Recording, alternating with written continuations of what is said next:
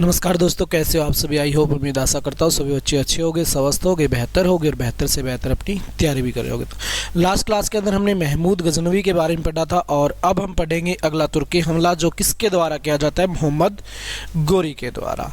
यानी कि हम पढ़ेंगे गोरी वंश।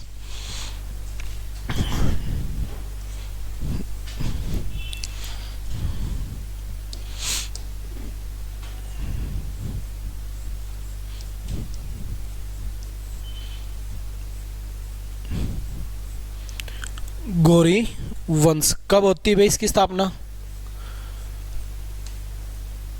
वास्तविक तौर से इसकी स्थापना होती 1173 में। और कब तक चलेगा ये चलेगा 1206 तक। गौरी वंश के संस्थापक आपसे पूछ लिया जाए तो इसके संस्थापक कौन थे? कौन थे भाई संस्थापक? संस्थापक थे इसके गयासुद्दीन गोरी। गयासुद्दीन गोरी क्या हुआ करते थे? इसके संस्थापक हुआ करते थे, जो मोहम्मद गोरी के क्या थे? बड़े भाई थे। उसके बाद आपसे पूछा जाए इसके वास्तविक संस्थापक कौन थे? जो वास्तविक संस्थापक थे वो थे मोहम्मद गोरी। कौन थे भाई? वास्तविक संस्थापक थे मोहम्मद गोरी। इनकी अगर हम बात करें, चर्चा करें, ये कहलाए वास्तविक संस्थापक। और मोहम्मद गोरी शासक कब बना? 1173 के अंदर ये शासक बना। और कब तक रहेगा? ये रहेगा 1206 तक। तो मोहम्मद गोरी क्या करता है? गोरी वंश पे रूल करने का कार्य करता है। कब से कब तक? 1173 से लेकर 1206 तक। इस मोहम्मद गोरी की अगर हम बात करें, इसकी चर्चा करें, इसका एक सेनापति हुआ करता था। नाम क्या था इसका? जो सेनापति था वो था बख्तियार खिलजी। एक सेनापति था जिसका नाम क्या था? जिसका नाम था बख्तियार खिलजी। कौन था भाई इसका सेनापति? इसका सेनापति हुआ करता था बख्तियार खिलजी। अब इसने सेनापतियों को पहले ही रख रखा था, लेकिन करने धरने के लिए काम धंधा कुछ था नहीं, तो बेल्ले इंसान सारे के सारे। तो बख्तियार खिलजी इतना बेल्ला कि कोई काम नहीं है इसके पास। तो ये घूमने फिरने के लिए कहाँ पे आता है? ये आता है भारत के अंदर। और जैसे ही भारत के अंदर आया तो इसको भारत की सारी इंफॉर्मेशन का पता चल गया। इन्फॉर्मेशन इसने प्राप्त कर ली कि किस प्रकार से भारत में व्यक्ति आते हैं, वो बार बार क्या करते हैं? अटैक करते हैं। तो अब ये चाहता है बख्तियार खिलजी कि हम भी आए, भारत पे अटैक करें और यहाँ से क्या करें? धन दौलत को लूट के जाए। ये मनसा है किसकी? ये मनसा है बख्तियार खिलजी की। अब ये चाहता है भाई बख्तियार खिलजी ऐसा कि धन दौलत वगैरह लूटे, सब कुछ करके जाए यहाँ से। सारी की सारी इंफॉर्मेशन दी किसको? मोहम्मद गोरी को, कि जी ऐसे ऐसे अपने पास में भारत पड़ता है, हम जाएंगे और वहाँ से भरपूर मात्रा में धन दौलत लेके आएंगे और हमारे साम्राज्य का क्या करेंगे? विकास करेंगे। तो इस बंदे ने विचार कर लिया, सोच लिया, सब कुछ ठान लिया। अब वापिस आके जानकारी दे दी तो मोहम्मद गोरी क्या बोला? जी नहीं, हम ऐसा नहीं करेंगे, हम वहाँ पे जाके धन दौलत नहीं लेके आएंगे, हम वहाँ पे जाके क्या करेंगे? राज करेंगे जी, रूल करेंगे। तो मुसलमानों में पहला ऐसा शासक जो भारत में आके क्या करना चाहता है? रूल करना चाहता है, राज करना चाहता है कि हमें क्या करना है? हमारा साम्राज्य स्थापित करना है। तो अब ये रूल करना चाहेगा बंदा, तो इसके कारण से कहाँ पे आएगा भाई? भारत के अंदर ये आएगा। अब बात करें हम, बख्तियार खिलजी से जानकारी प्राप्त करता है और भारत पर अटैक कर देता है भाई। भारत पर पहला हमला। भारत पर पहला हमला किसने किया भाई? अब मोहम्मद गोरी ने किया। और कब किया? ये किया 1175 में। और कौन सी जगह पर किया? ये किया मुल्तान पर। कहाँ पे अटैक कर दिया इसने? मुल्तान पे अटैक कर दिया। और जैसे ही मुल्तान पे अटैक किया तो मोहम्मद गोरी यहाँ पे जीत गया। और ये क्या रही भाई? भारत में भारत में पहली जीत। आपसे पूछा जाए मोहम्मद गोरी की भारत में पहली जीत तो कौन सी है भाई? ये है 1175 वाली। कहाँ पे इसने अटैक किया? मुल्तान पर। पहली बार अटैक किया और पहली दफा ही क्या हो गया, ये बंदा जीत गया। अब पहली दफा ये जीत गया, उसके बाद ये क्या करेगा? और अटैक करेगा और ये बंदा बढ़ेगा किसकी तरफ भाई? यहां से सीधा आएगा ये 1178 में। किसकी तरफ आ जाएगा? ये आएगा गुजरात की तरफ। इसको लगा कि बस मैं ही हूं जो कुछ हूं, क्योंकि पहला अटैक किया और पहले अटैक में ही जीत गया। इसको लगा कि भारत में तो ऐसे वैसे ही होंगे सारे के सारे, मैं जहां पे भी जाऊंगा वहीं पे क्या करूंगा, साम्राज्य को स्थापित कर लूंगा। अब ये मनसा थी इस बंदे की। इस मनसा के साथ इसने क्या किया भाई? अटैक कर दिया 1178 में। कहां पे? गुजरात पे। अब इसकी अगर हम बात करें, इसकी अगर हम चर्चा करें, इसने अटैक कर दिया। गुजरात का शासक कौन था भाई? भीमदेव प्रथम या द्वितीय? भीमदेव सेकंड, ये हुआ करता था गुजरात का शासक। इस पे अटैक कर दिया। अब जैसे ही गुजरात के शासक पे अटैक इसने किया तो यहां पे इसका भाई, जिसका नाम क्या है भाई? मूलराज द्वितीय, ये क्या करता है? ये मोहम्मद गोरी को पराजित कर देता है। कहां पे? माउंट आबू नामक जगह पे। कहां पे पराजित कर दिया भाई?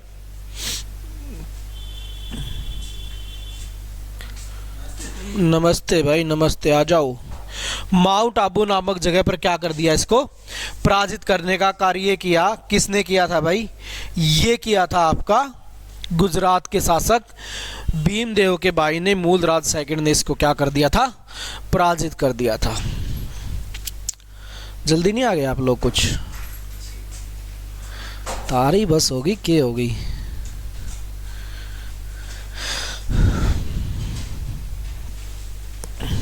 तुम्हारे साथ तो वो काम हो रखा है, लातों के भूंत बातों से नहीं मानते, ऐसा ही हो रखा है ना।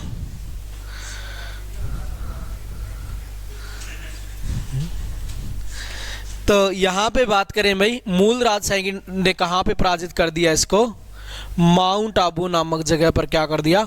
पराजित करने का कार्य किया था। किसको? मोहम्मद गोरी को। अब मोहम्मद गोरी हार गया यहाँ पे, लेकिन ये हार मानने वालों में से नहीं था। इसने फैसला कर रखा था कि भाई कोई बात नहीं, आज नहीं तो कल जीत तो हमारी क्या है, पक्की है। फिर से कोशिश करेगा बंदा और फिर से कोशिश करेगा, आगे बढ़ेगा। तो 1178 में ही दूसरी बार फिर से अटैक कर दिया। कहां पे? गुजरात में। 1178 में फिर से गुजरात पर अटैक। और अब युद्ध कौन सा होता है भाई? युद्ध होता है अनिलवाड़ का युद्ध। कौन सा युद्ध हुआ भाई? अनिलवाड़ का युद्ध हुआ। और ये कब हुआ भाई? ये हुआ 1178 में। किस किस के बीच हुआ? पृथ्वीराज चौहान कहां से आ गया यहां पे? भीमदेव सेकंड। और दूसरी तरफ कौन है भाई? मोहम्मद गोरी। यहां पे जो बेचारा गोरी है ना, ये क्या हो जाता है? हार जाता है जी। गोरी क्या हो गया? हार गया। और हारने के बाद इसको क्या कर लिया भाई? इसको कर लिया कैद। और कैद खाने में कितने दिनों तक रखा? कैद खाने में रखा इसको 6 माह तक। कितने दिनों तक रखा भाई? कैद खाने में इसको रखा 6 माह तक। अब 6 महीनों तक ये पड़ा रहा कैद खाने में। 6 महीनों के बाद ऐसा क्या हुआ कि इसको रिहा कर दिया गया? माफी मांग ली कि गलती होगी दादा छोड़ दे, तो इसने छोड़ दिया। इसका एक सेनापति हुआ करता था, अगर आपको ध्यान हो, बख्तियार खिलजी। ये बख्तियार खिलजी आया भीमदेव के पास और बोला देख दादा गलती भारी होगी, लेकिन हो गई तो हो गई, अब क्या करें, माफ कर दो। अब की बार माफ कर दो, आज के बाद कभी भी हम भारत की तरफ मुंह करके भी ना सोएं। बस एक बार रिहा कर दो, एक बार छोड़ दो हमें, फिर हम यहाँ से चले जाएंगे, कभी नहीं आएंगे दोबारा। तो भीमदेव को ऐसा करना चाहिए, छोड़ना चाहिए इसको। छोड़ दिया, 6 महीनों के बाद दया आ गई कि चल ठीक है भाई तू चला जा। और ये थी भीमदेव की सबसे बड़ी गलती, जो आगे चलकर किसको तंग करेगी, भीमदेव को भी ही ले डूबेगी।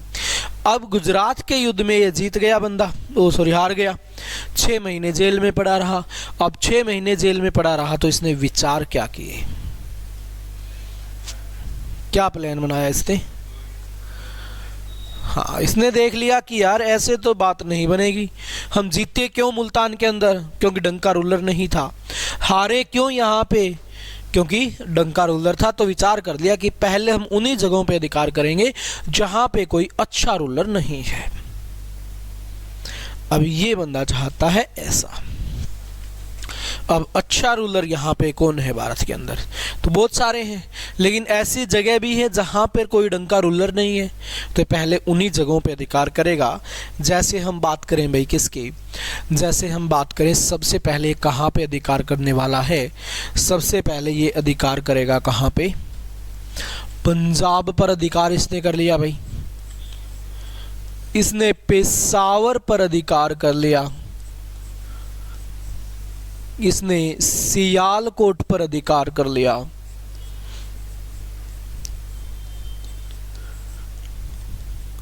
पंजाब, पेशावर और सियालकोट पर इसने क्या कर लिया भाई? अधिकार करने का कार्य किया। उसके बाद हम बात करें, इसने 1190 में अधिकार कर लिया कहाँ पे? सरहिंद पर। कहाँ पे अधिकार किया भाई? 1190 में सरहिंद पर इसने अधिकार करने का कार्य किया। अब इसकी अगर हम बात करें, इसकी हम चर्चा करें यहाँ पे, अब जैसे ही सरहिंद पे अधिकार किया तो अगला जो टारगेट होगा इसका वो क्या होगा? वो होगा दिल्ली, क्योंकि ये बठिंडा और जो लुधियाना का आसपास का क्षेत्र वो सारा का सारा सरहिंद का क्षेत्र कहलाता है। इसी को बोलते हैं तबर हिंद। सरहिंद की जगह आपको मिल सकता है तबर हिंद। तो ये मान लो अपना बठिंडा लुधियाना पहुंच चुका है, तो यहां से अब दिल्ली कितनी दूर पे है? नजदीकी है। अब टारगेट इसका दिल्ली है, दिल्ली जाना है। दिल्ली में और अजमेर में एक व्यक्ति बैठा हुआ है भाई, जिसका नाम क्या है? जिसका नाम है पृथ्वीराज चौहान तृतीय। क्या नाम है? पृथ्वीराज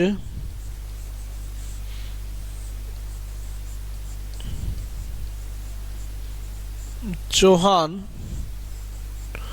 थर्ड। इस टाइम पे क्या भाई यहाँ का रूलर हुआ करता था।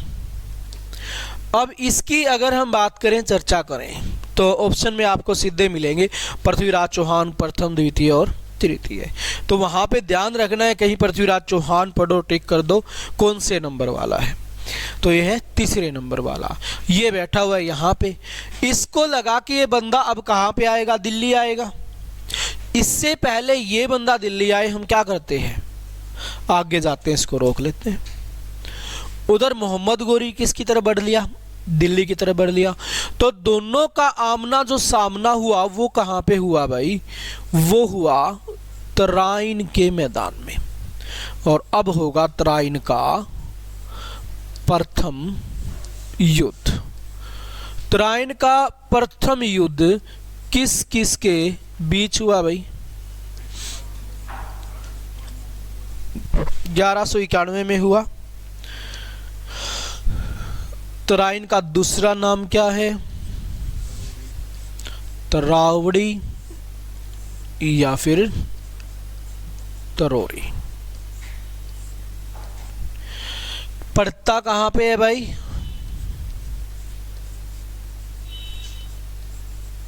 ये पड़ता है आपका करनाल के अंदर। किस किस के बीच हुआ? एक तरफ गोरी है और दूसरी तरफ कौन है? पृथ्वीराज चौहान। कौन जीत गया यहाँ पे? चौहान जीत गया और गोरी हार गया भाई।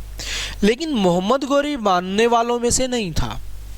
ऐसा बंदा नहीं था कि चलो एक बार हार गए तो वापस लौट जाएंगे, जी नहीं। मोहम्मद गौरी को यही था कि कोई बात नहीं, अब की बार हार गए, अगली बार फिर देख लेंगे इसको। तो अगले ही वर्ष 1192 में क्या हुआ भाई? तराइन का दूसरा युद्ध।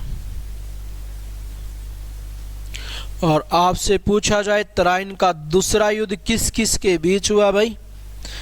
एक तरफ तो है मोहम्मद गौरी और दूसरी तरफ कौन है? पृथ्वीराज चौहान। और कौन हार गया यहाँ पे? पृथ्वीराज चौहान हार गया। अब की बार पृथ्वीराज चौहान यहाँ पे मारा जाता है भाई। पहले युद्ध में जीत गया, दूसरे युद्ध में हार गया पृथ्वीराज चौहान। किससे? मोहम्मद गौरी से। एक साल में मोहम्मद गौरी क्या वास्तव में इतना पावरफुल हो गया कि भारतवर्ष के इतने पावरफुल राजा को पराजित कर सके? नहीं हो सकता। तो क्या रहा होगा ऐसा कि पृथ्वीराज चौहान हार गया यहाँ पे? एक छोटे से, एक टुच्चे से व्यक्ति से पृथ्वीराज चौहान, इतना महान शासक भारतवर्ष का, इस टाइम का सबसे पावरफुल राजा, पूरे हिंदुस्तान पे राज करने वाला, और एक टुच्चे से व्यक्ति से हार गया, वो भी मोहम्मद गौरी से। तो इस बीच एक साल में क्या हो चुका है? भारत की परिस्थितियां ही बदल चुकी, भारत की राजनीति ही बदल चुकी है। तो भारत की राजनीति बदली क्या? भारतवर्ष में 3 राजा, पावरफुल योद्धा 3। एक का नाम है भीमदेव, प्रथम या द्वितीय? प्रथम किसके शासनकाल में था भाई?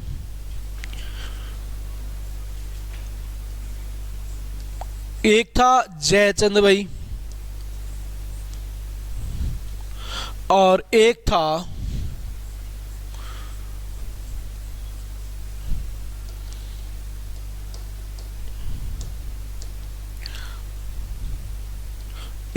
पृथ्वीराज चौहान। 3 राजा महान इस टाइम पे भारतवर्ष में, तीनों अच्छे मित्र, दोस्त भी हुआ करते थे तीनों। तराइन के प्रथम युद्ध में लड़े थे तीनों साथ मिलकर, लेकिन ये ना लड़ते तो भी पृथ्वीराज चौहान अकेला इतना पावरफुल था कि पराजित कर दे। पृथ्वीराज चौहान के पक्ष में चाहिए दोनों भीमदेव और जयचंद मिलके मोहम्मद गौरी के साथ लड़ लें तो भी पृथ्वीराज चौहान इनको पराजित कर देता, इतना पावरफुल। और उसके बावजूद भी अकेले मोहम्मद गौरी से हार गया। उसके पीछे सबसे बड़ा जो हाथ है वो खुद पृथ्वीराज चौहान का ही है। हुआ क्या था कि जयचंद की एक पुत्री हुआ करती थी जिसका नाम क्या था? संयुक्ता देवी या फिर सियोंगिता देवी भी इसको हम कहते हैं। ये हुआ करती थी भाई। अब इसकी अगर हम बात करें, इसकी हम चर्चा करें संयुक्ता देवी की। अब इस बेचारी ने नई नई +2 पास की और +2 पास करते ही सपने होते हैं बड़े बड़े कि ये करेंगे, वो करेंगे, ऐसे करेंगे, वैसे करेंगे। तो +2 पास की और बापू को बोली, बापू मेरे को दिल्ली यूनिवर्सिटी में पढ़ना है। बापू क्या कहे?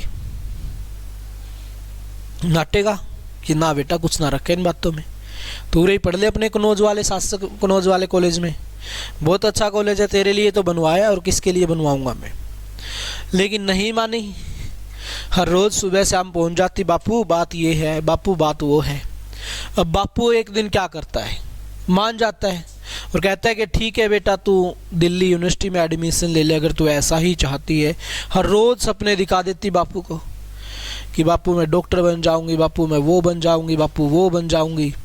बापू को दिखा दिए सपने। बापू ने सोचा बन गई छोरी तो डॉक्टर, भेज दे फटाफट। तो भेज दी कहाँ पे? दिल्ली यूनिवर्सिटी में एडमिशन करवा दिया। इधर तराइन का प्रथम युद्ध हो चुका है, भारत में शांति है बिल्कुल। एक ही मोहम्मद गौरी आया था, उसका स्पाया कर दिया। पृथ्वीराज चौहान दिल्ली में पड़ा ही रहता है सारे दिन, काम धंधा कोई है नहीं बेचारे के पास। तो इसने एक दिन विचार किया कि क्यों ना हम घूमने फिरने के लिए चलते हैं। कहाँ पे? दिल्ली यूनिवर्सिटी। इन्फॉर्मेशन प्राप्त करते हैं वहाँ पे पढ़ाई वढ़ाई हो रही है या नहीं हो रही। तो ये पहुँच गया कहाँ पे भाई? दिल्ली यूनिवर्सिटी के अंदर। अब जैसे ही दिल्ली यूनिवर्सिटी के अंदर ये गया तो वहाँ पे कौन थी? पहले से ही संयुक्ता देवी ने सिर्फ अब तक पृथ्वीराज चौहान के चर्चे सुने थे कि वो इतना पावरफुल है, फलाना है, दिखताना है, काफी सारी चीजें। तो यहाँ पे अब हुआ क्या, जैसे ही चौहान पहुंचा तो संयुक्ता देवी इसको दिल दे बैठी। पहली नजर में हो गया प्रेम। अब पहला पहला प्यार अब सिरे चढ़ेगा। क्यों? ये किस ग्रंथ में लिख रखी कि पहला प्यार सिरे नहीं चढ़ता? इस बात का पता चल गया किसको? चौहान को, कि भाई या चोरी तेरे तक गुणों ही प्रेम करे। अब चौहान के भी पसंद आ गई। अब चौहान का पसंद आ गई तो बोला लड़की तो ठीक है यार, बोला शादी वादी हो जाए तो बोला ठीक है, घर बसा लेंगे यहाँ पे भी। तो अब चौहान भी इसको प्रेम करने लग जाते हैं। इस बात का पता चल गया किसको? जयचंद को पता चल गया कि छोरी तो बिगड़ ली, अब तो गड़बड़ होगी जी। अब छोरी बिगड़ चुकी है तो अब घर वाले क्या करे? बाप क्या करेगा? रिश्ता करेगा, ये करवाएगा जिसकी शादी कि या छोरी इससे पहला बेइज्जती करवावे, उससे पहले इसको तोड़ दो। अब उस टाइम पे रिश्ते कैसे होते थे? आज की तरह ही होते थे कि भाई जाओ लड़के को देख के आओ, लड़के को पसंद करो। क्या करता? स्वयंवर रचाया जाता था और भारतवर्ष के सभी राजाओं को बुलाया जाएगा स्वयंवर के अंदर। भाई अब संयुक्ता देवी का स्वयंवर रचाया जाएगा। भारतवर्ष में जितने भी राजा थे सबको बुला लिया और संयुक्ता देवी को अथॉरिटी थी कि तेरे को जो अच्छा लगे, जो तेरे को पसंद आए, उससे तू क्या कर सकती है? शादी कर सकती है। इसने तो पहले ही पसंद कर रखा था किसको? चौहान को। अब जयचंद इसको समझता है दुश्मन। अब जयचंद दुश्मन समझता है तो अब यहां पे क्या पृथ्वीराज चौहान को बुलाएगा? नहीं बुलाएगा बिल्कुल भी। पृथ्वीराज चौहान को तो बुलाया नहीं, लेकिन इस स्वयंवर में शामिल हो गया कौन? भीमदेव। ये नहीं आया, भीमदेव इसके अंदर क्या हो गया? शामिल हो गया। तीन ही महान राजा, एक बाप रह गया, एक को बुलाया नहीं, एक आ गया भीमदेव सेकंड। आज भीमदेव सेकंड बड़ा खुश है, राजी हो रखा है यार, आज तो तेरा भी घर बसेगा, तेरी भी शादी होंगी, तेरे भी बच्चे होंगे। तो बड़ा खुश है भीमदेव, क्योंकि पावरफुल यही बच गया, बाकी सारे के सारे क्या है? निकम्मे शासक है। अब जाहिर बात है लड़की शादी करेगी तो किससे करेगी? यही चाहती है भाई वेल सेटल्ड हो, मेरी ख्वाहिशें, मेरे सपने पूरे कर सके। वो पहले भी था, वो आज भी है। अब प्यार सभी को होता है, शादी होती किसकी है? चुनिंदा की होती है। भाई जब लड़के को दिखता कि हाँ ये सेटल्ड है, घर वाले भी मान जाते हैं उसी टाइम पे। वो घर वाले प्रवचन देते हैं हर रोज कि हम लव मैरिज के खिलाफ हैं, ये हैं वो, लेकिन घर वालों ने देखा कि लड़का सेटल्ड है, चेप दो। तो वही काम यहाँ पे था भाई, बुला लिया सभी को, पावरफुल योद्धाओं को। अब यही बच गया सिर्फ भीमदेव। हाँ, तो भीमदेव की शादी होने वाली है क्योंकि पावरफुल यही है। लेकिन जयचंद मानना नहीं, जयचंद बन गया घना सियाना। हमने कहावत सुनी है ना औरत वाली कि घनी सियानी 2 बार पोवर फिर भी भूखी सोए। वो काम हो गया जयचंद के साथ। जयचंद बोला इसको बुलाया नहीं मैंने, पहली बेइज्जती तो ये हो गई, और भी बेइज्जती करनी पड़ेगी इसकी। तो और ज्यादा बेइज्जती करने के लिए इसकी क्या बनवा दी भाई? एक मूर्ति बनवा दी। एक मूर्ति इसने बनवा दी और यहां पे बात करें, इस मूर्ति को रख दिया कहां पे? इसको दरवाजे पर रख दिया भाई। अब दरवाजे पे रख दिया, जैसे ही भारतवर्ष के जितने भी राजा आएंगे दरवाजे पे क्या करेंगे? अपनी चप्पल जूती उतारेंगे। चप्पल जूती उतारेंगे मूर्ति के सामने, तो इससे अपमान होगा किसका? पृथ्वीराज चौहान का। पृथ्वीराज चौहान को पता चला कि भाई ऐसे ऐसे बात है, तो पृथ्वीराज चौहान क्या करे? आएगा? नहीं आएगा। पृथ्वीराज चौहान बोला यार कोई ना, अगले की बेटी है भाई, जो करे करन दे। तो यहां पे मूर्ति रखवा दी। अब संयुक्ता देवी वरमाला उठा के आई नजरें घुमाई भाई, कहीं पे कुछ नहीं नजर आ रहा। सिर्फ इस महफिल में एक ही पावरफुल योद्धा बैठा हुआ है, वो कौन है? भीमदेव, सबसे लास्ट में बैठा हुआ है। अब नजरें पड़ी, आगे बढ़ी है, तो नजरें पड़ती है किस पे? मूर्ति पे। और वरमाला उठा के किसकी तरफ बढ़ ली? मूर्ति की तरफ। भीमदेव को लगा कि तेरी तरफ आ रही है दिल में, ठीक है, और खुशियों के लाडू फूटे कि बस अब तो चंद सेकंडों में शादी होने वाली है। बड़ा राजी हो रखा है बेचारा, लेकिन सपने टूटते देर थोड़ी लगती है। तो जैसे ही आगे बढ़ा, भीमदेव बैठा हुआ था, भीमदेव को क्रॉस किया और मूर्ति के गले में वरमाला, मूर्ति से कर ली शादी। अब मूर्ति से शादी कर ली भाई। जितने भी राजा बैठे हुए थे दरबार में वो उठ खड़े हुए, जयचंद को गालियां देना शुरू कर दे। जब तेरे को पता था ये होना है तो हमें क्या यहाँ पे बेइज्जती करने के लिए बुलाया था? करना चाहता था बेइज्जती किसकी? चौहान की। हो गई बेइज्जती किसकी? जयचंद की। अब जयचंद की बेइज्जती होगी तो जयचंद ने संयुक्ता देवी को क्या किया? कैद खाने में डाल दिया। पृथ्वीराज चौहान का एक दो मित्र था खास, उनको पता चला, उसने बताया कि महाराज तू रे बैठा रही, वो तेरे लिए देख क्या कर गुजर गई, और अब उसको कैद खाने में डाल दिया। तो पृथ्वीराज चौहान क्या करेगा? आएगा, जयचंद पे अटैक कर दिया, और अटैक कर दिया तो संयुक्ता देवी को यहाँ से क्या करता है? ये रिहा करवा ले जाता है, उठा ले जाता है संयुक्ता देवी को। तो जयचंद क्या हो गया इसका? ये हो गया इसका दुश्मन। लेकिन बना रहे दुश्मन, कर कुछ नहीं सकता, बिगाड़ कुछ भी नहीं सकता, इतना पावरफुल है। इधर भीमदेव बेचारा बैठा हुआ है, दिल ही टूट गया मानो भीमदेव का। तो ठीक है, अब भीमदेव का दिल टूट गया, लेकिन फिर भी इसने विचार लगा लिया, चल कोई बात ना, अपनी कौन सी थी, दिल तो संभालना पड़े, कैसे भी संभाले भाई। तो बेचारा भीमदेव यहाँ से टूटे दिल के साथ यहाँ से क्या हो गया? निकल पड़ा भाई, घर पहुंच गया। अब पूरे दिन सोचता रहता, संयुक्ता देवी के सपने ले रहा था बेचारा, क्या क्या सोचा होगा इसने शादी के बाद। लेकिन सारे के सारे सपने चकनाचूर, परेशान रहता है पूरे दिन बेचारा। अब ये परेशान रहता है तो इसको टेंशनें बढ़ी, तो इसको लगा कि यार चलो कहीं घूमने फिरने के लिए चलते हैं। तो ये घूमने फिरने के लिए कहाँ पे चला गया भाई? ये चला गया पंजाब में। कहाँ पे चला गया? घूमने फिरने के लिए पंजाब में ये गया। अब जैसे ही ये पंजाब में पहुंचा तो पंजाब में इसको एक लड़की पसंद आ जाती है, और उस लड़की का नाम क्या है? उस लड़की का नाम है इच्छनी। क्या है नाम भाई? उस लड़की का नाम है इच्छनी। अब वो पसंद आ गई। पसंद आते ही याद आई, संयुक्ता देवी की याद आई पृथ्वीराज चौहान की, कि गेले सी ऐसे ऐसे बनी थी। अब पसंद तो इसको भी कर लिया, कहीं आज भी ऐसा ही हो गया तो इससे पहले देरी हो पहुंच जाते, और घुटने टेक के जाते ही प्रपोज कर दिया। ठीक है, घुटने टेक के प्रपोज कर दिया कि जी हमें तो आपसे शादी करनी है, ब्याह रचाना है। हम हैं कहाँ के राजा? गुजरात के राजा भीमदेव सेकंड। अब बेचारे ने प्रपोज कर दिया, लेकिन इच्छनी बोली ना रे भाई, मैं तेरे से शादी ना करूं। अब बेचारे का प्रपोजल ठुकरा दिया, और ठुकराया भी इतने बुरे तरीके से। अब भीमदेव क्या करे, कहां जाए भीमदेव बेचारा? पहली बार शादी का सपना देखा था, टूट गया जी। दूसरी बार देखा, फिर टूट गया। अब भाई तो बना ही लिया, भाई वाले फर्ज भी पूरे करने पड़ेंगे। अब भाई वाले फर्ज कैसे पूरे हों? ब्याह करवा ले।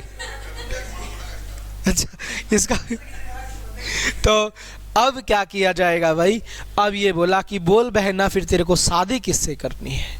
बहना बोली रे भाई, मैंने तो ना चौहान से शादी करनी है। अब नहीं, बस अब भीमदेव का दिमाग हो गया खराब कि यार पहले शादी होने वाली थी, चौहान बीच में आ गया। अब शादी होने वाली थी, अब चौहान बीच में आ गया। इसका तो क्या करना पड़ेगा? काम सेट करना पड़ेगा, नहीं तो बात बनेगी ही नहीं। अब इसका करना है काम सेट। किसका? पृथ्वीराज चौहान का। नहीं तो बेचारा भीमदेव कुंवारा ही मर जाएगा भाई। अब आप सोच रहे हो कि हम नौकरी लगेंगे फिर शादी होगी, ये तो बेचारा राजा है तो नहीं हो रही। कमी उस टाइम पे भी थी, बिहार अब भी है और आज भी है, उस टाइम पे भी था बिहार, कमी आज भी और उस टाइम पे भी थी। हो सके बेचारे के पास उस टाइम पे पैसा ना हो, कुछ भी हो सकता है होने को, या बिहार वालों ने भी मना कर दिया हो तो क्या करे।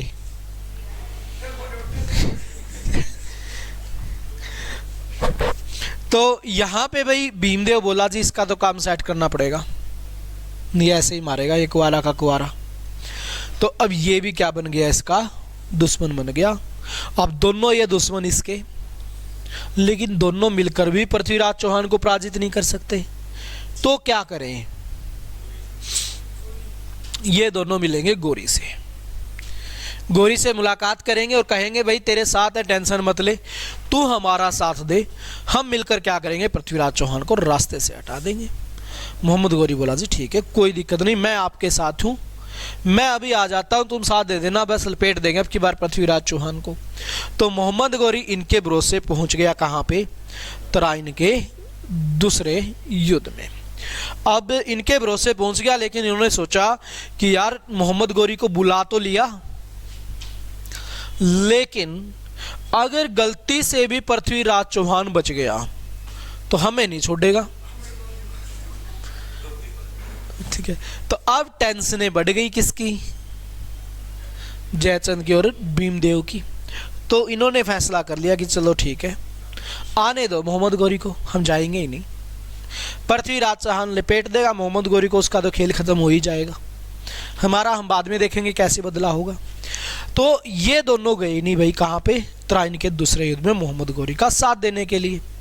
मोहम्मद गौरी को टेंशन हो गई कि यार उन्होंने कहा तो था आने की, लेकिन अभी तक नहीं आए, अब क्या होगा हमारा, कैसे अपनी जान बचेगी। अब इसकी अगर हम बात करें, इसकी अगर हम करें चर्चा, दोनों नहीं आए, मोहम्मद गौरी को होगी टेंशन कि बेटा तू गया, अगले की नई नई शादी हुई थी, तूने कर दिया डिस्टर्ब, अब छोड़ेगा नहीं तोड़ेगा। तो मोहम्मद गौरी क्या करता, इधर से पृथ्वीराज चौहान मैदान में पहुंच गया, मोहम्मद गौरी को बोला कि बेटा अब तेरी खैर नहीं है, अब की बार नहीं छोड़ूंगा, तेरे को जान से मारूंगा। मोहम्मद गौरी को और तो कुछ ध्यान में आया नहीं। मोहम्मद गौरी पृथ्वीराज चौहान को बोला कि महाराज आप 1 घंटा लेट हो गए। बोला मैं 1 घंटा लेट हो गया? बोला और क्या? बोला अब हो गए हमारे नमाज शुरू और 1 महीने तक नमाज चलेंगे जी, और नमाजों के दौरान हम हथियार नहीं उठा सकते, अब हम धर्म के मामले में ठीक ठाक हैं। पृथ्वीराज चौहान बोला कि कोई बात नहीं बेटा, मरना है ही सही, 1 महीने के बाद मारूंगा, तेरे को टेंशन मत ले, पढ़ तू तेरे नमाज आराम से। अब 1 महीने का टाइम तो मिल गया गौरी को। कितना टाइम मांगा गया भाई? 1 महीने का टाइम दे दिया गौरी ने, गौरी को कि बेटा मरना है 1 महीने के बाद सही। तो फिर संयुक्ता देवी को कहाँ पे बुला लिया? यहाँ पे बुला लिया कि भाई हम तो सभी जाएंगे और वो अकेले आएगी, उसको यहाँ पे बुला लिया। अब पृथ्वीराज चौहान बिजी हो गया, किसके साथ? संयुक्ता देवी के साथ बिजी है, उधर सेना भी बिजी हो गई, व्यस्त हो गई अपने कार्यों में, तो सारी की सारी सेना भी बिजी और पृथ्वीराज चौहान भी बिजी। तो इसी मौके का फायदा उठाता है कौन? मोहम्मद गौरी मौके का फायदा उठाता है और मौके का फायदा उठा के अटैक कर देता है किस पे? पृथ्वीराज चौहान पे। अंधा कर देता है, जेल में डाल दिया। अब जेल में डालने के बाद सोच रहा है कि भाई पता नहीं क्या होगा, अगर इसको मौका मिलेगा तेरे को नहीं छोड़ेगा कभी, मेरे को भी तो कभी कैद किया गया था और आज फिर वही कहानी हो गई, मैं बाहर निकल गया, ये भी तो बाहर निकल सकता है, ये बाहर निकला तो तेरे को नहीं छोड़ने वाला। ये सोचकर उसी टाइम पे चैप्टर क्लोज।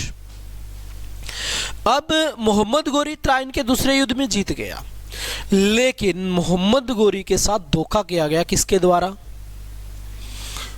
भीमदेव के द्वारा और जयचंद के द्वारा। तो क्या अब मोहम्मद गौरी इनको छोड़ेगा? बिल्कुल ही नहीं, सवाल ही पैदा नहीं होता। कहा था कि जी तुम आ जाओ, तुम्हारे साथ है, लेकिन इनको लगा कि अगर गलती से पृथ्वीराज चौहान बचेगा तो मैं नहीं छोड़ेगा, भगा भगा के मारेगा, इससे अच्छा जाते ही नहीं है, मरने दो मोहम्मद गौरी को, सुसरे को होने दो, उसका चैप्टर क्लोज। तो अब मोहम्मद गौरी बच गया, लेकिन पृथ्वीराज चौहान मारा गया। अब ये गए दोनों महाराजा, इनको लगा बेटा अब क्या होगा, अब इनको तोड़ेगा। 1193 के अंदर दिल्ली को क्या बना लिया? दिल्ली को राजधानी बना दिया। क्या कर दिया भाई? दिल्ली को राजधानी बना दिया। कब? 1193 के अंदर बन गई दिल्ली राजधानी। अब यहां पे हम बात करें, यहां पे हम क्या करें भाई? यहां पे करें हम चर्चाएं। तो राजधानी दिल्ली को किसने बनाया भाई? मोहम्मद गोरी ने। अब मोहम्मद गोरी के सामने हैं दो व्यक्ति, एक भीमदेव और एक जयचंद। दोनों से क्या करना है? बदला लेना है। तो 1194 के अंदर एक युद्ध होता है, और वो युद्ध कौन सा है भाई? वो युद्ध है चंदावर का युद्ध। कौन सा युद्ध है भाई? चंदावर का युद्ध है। कब हुआ? 1194 में। किस किस के बीच हुआ? एक तरफ तो है कुतुबुद्दीन ऐबक,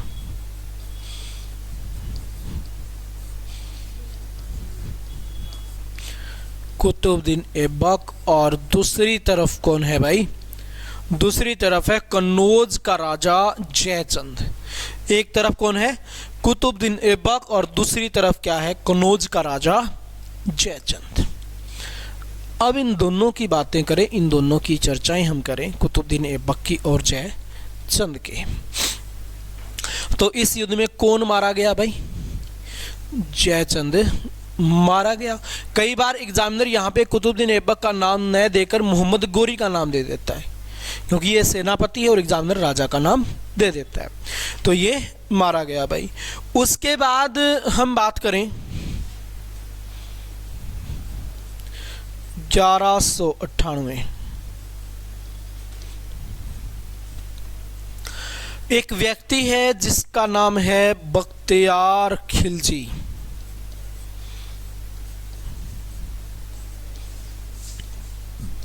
कौन है भाई? बख्तियार खिलजी। ये सेनापति किसका? मोहम्मद गोरी का। अब इसने क्या किया? 1191 में तो साथ दिया, लेकिन 1192 में बंदा क्या करता है?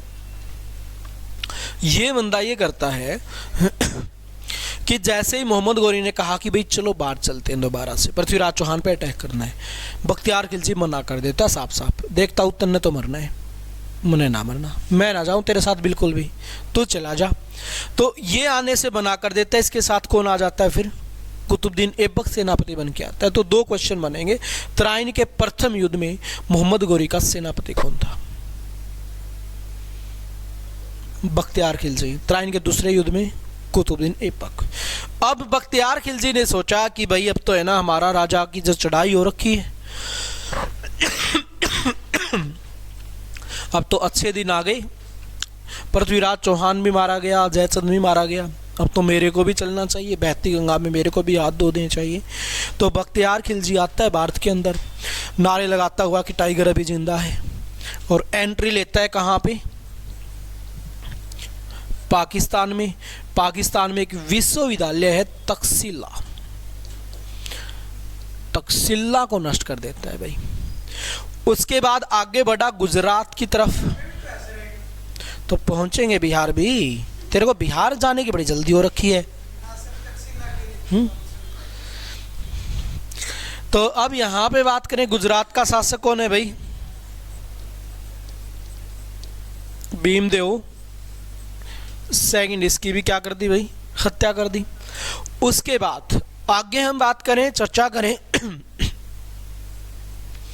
बढ़ाएं अगली बारी चीज़ों को थोड़ा सा और आगे। तो और क्या होगा? कहाँ पे पहुंचा भाई? ये बिहार में गया। चलना है बिहार में। अब बिहार में क्या है भाई? विश्वविद्यालय। कौन सा?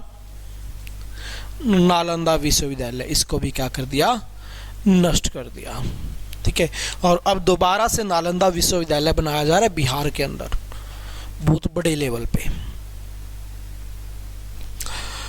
तो बख्तियार खिलजी के द्वारा तक्षशिला को नष्ट किया गया, भीमदेव की हत्या और बिहार में नालंदा विश्वविद्यालय को क्या किया गया भाई, समाप्त करने का कार्य इसके द्वारा किया गया। मोहम्मद गोरी का आखिरी अभियान 1205 में किसके खिलाफ भाई, खोखर जाति के खिलाफ।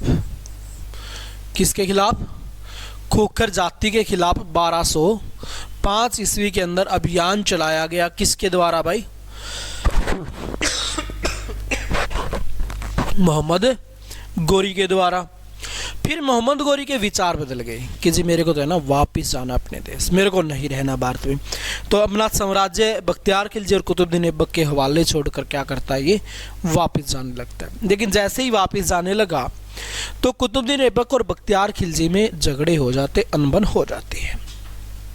दोनों में अनबन हो गई, लड़ाई झगड़े हो गए दोनों के अंदर। अब जैसे ही दोनों में अनबन हुई तो मोहम्मद गोरी वापस आया, समझौता करवाया दोनों को, एक को लाहौर वाला एरिया दे दिया और एक को बंगाल वाला एरिया दे दिया। कुतुबुद्दीन ऐबक को लाहौर वाला और बख्तियार खिलजी को बंगाल वाला क्षेत्र दे दिया। अब दोनों को क्षेत्र दिया और यहाँ से वापस जाने लगा तो 1206 में पंजाब में जाटों के द्वारा क्या कर दी भाई, इसकी हत्या कर दी और ये क्या हो जाता है, मारा गया 1206 में। किसके हाथों भाई, जाटों के हाथों या फिर कह लो खोखर जाति के हाथों, क्योंकि ये भी क्या है कि जाट जाति हुआ करती थी। तो ये हो गया आपका पूरा का पूरा कंप्लीट मोहम्मद गोरी। ठीक है, मोहम्मद गोरी बेचारा क्या हो गया भाई, मर गया। मोहम्मद गोरी पहला ऐसा व्यक्ति हुआ जिसने सपना देखा था भारत को लूटने का, नहीं भारत पे राज करने का। इससे पहले मोहम्मद बिन कासिम आया, उद्देश्य क्या था, भारत को लूटना।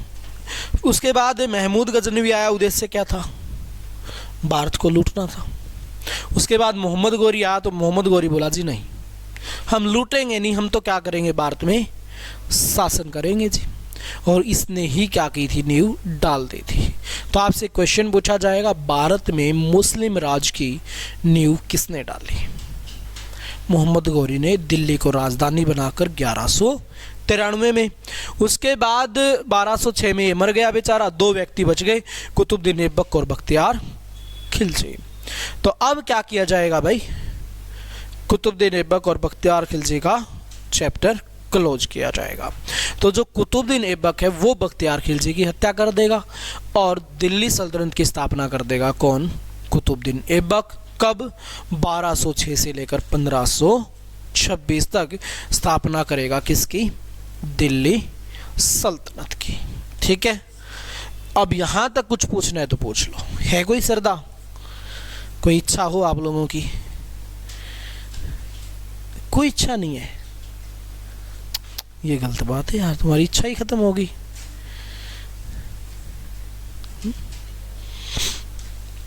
चलो भाई, फिर कल पढ़ेंगे हम दिल्ली सल्तनत, कहाँ से कहाँ तक, 1206 से लेकर 1526 तक आपकी चलेगी दिल्ली सल्तनत। दिल्ली सल्तनत के संस्थापक कौन होंगे, कुतुबुद्दीन ऐबक। ठीक है, कल की क्लास में दिल्ली सल्तनत को डिस्कस करेंगे।